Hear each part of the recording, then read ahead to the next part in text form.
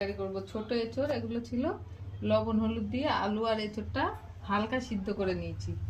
মশলা দেবো, এখানে আছে ধনে, জিরে, শুকনো লঙ্কা, গোলমরিচ, গরম মশলা আছে, আদা রসুন পেঁয়াজ আর টমেটো কেটে রেখেছি। আদা রসুনটা পেস্ট করে নেবো আর এই মশলাগুলো পেস্ট করে নেবো। আর এই এঁচড় আর আলুগুলো আগে ভেজে তুলে নেবো।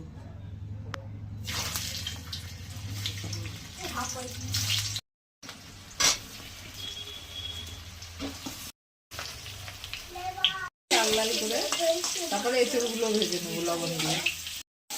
আলুগুলো তুলে নেবো।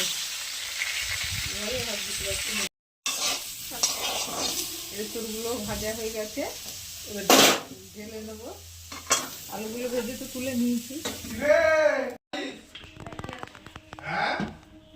দিয়ে এবার মামলেট করে নেবো। একটু মোটা করে করবো মামলেটটা, খুব মোটা হয়ে গেছে। এরকম গুটি গুটি দিলে মোটা হয়ে যায়। এবারে কেটে কেটে নেবো।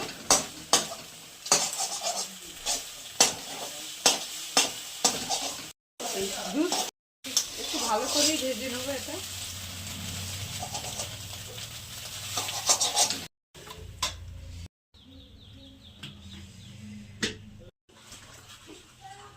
একটু জিরে দিলাম, দুটো তেজপাতা দিলাম,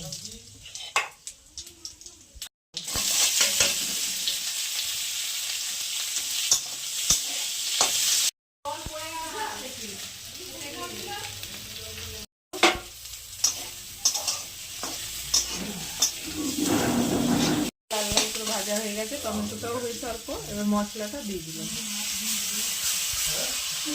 জল দিয়ে দিলাম, ভালো করে কষিয়ে নেবো। নিয়ে তারপরে এঁচড়গুলো দেবো, পরে দেবো নামানোর আগে। এঁচড় আর আলু দিয়ে দিলাম, দিয়ে আর একটু কষিয়ে নেবো, তারপরে জল দেবো।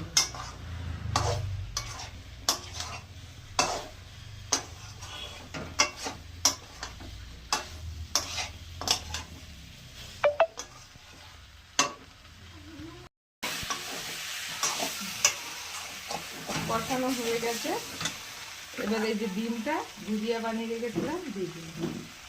গরম জল করতে দিয়েছি, গরম জলটা দিয়ে দেবো।